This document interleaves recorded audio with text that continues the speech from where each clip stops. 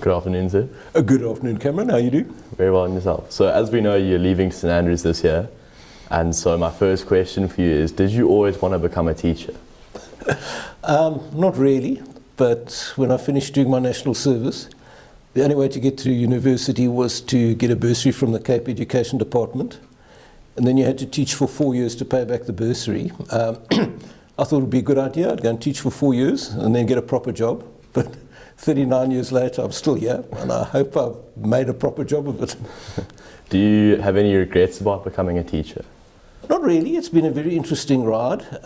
You meet such interesting people, so I've never been bored as a teacher. And I think a lot of people go into life, get a job, and get horribly bored. I've had a fascinating time in the classroom.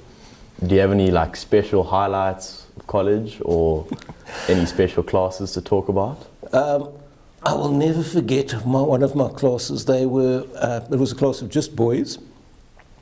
They weren't necessarily the best at English, but they decided they were going to get a word into the college slang dictionary. And so I don't know if any of the boys out there are still aware of the word quench.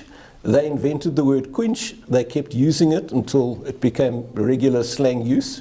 I must thank boys like Zuko Kezengana and Lihleli Tini and Pello Malindi. They were a lot of fun to teach, and they can say they added something to college vocabulary.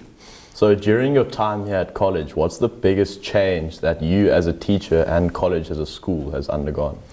I'm going to answer that question slightly differently, but I started teaching in 1983.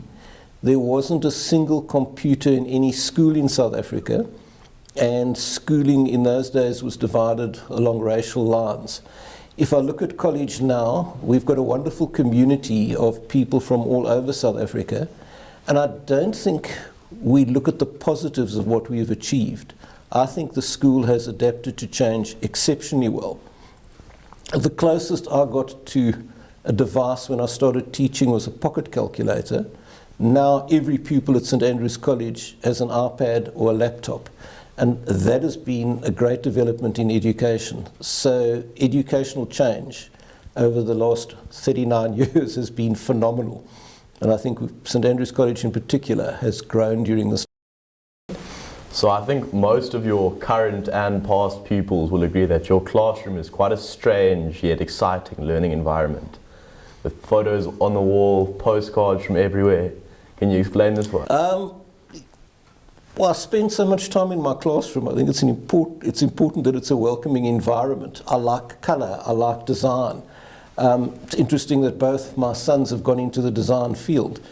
And I like having a quirky classroom. I think it's important that you should have sunflowers hanging from your data projector. I've got postcards all around my classroom that are almost like time capsules, because pupils have sent me postcards from around the world whenever they've travelled. It does make my classroom a welcoming environment. And what does the future hold for you? I'm not leaving education completely. I'll be teaching part-time at the Port Elizabeth Montessori School next year, and also teaching AP English at Theodore Herzl. So I will be kept busy, but not as busy as I've been the last few years here.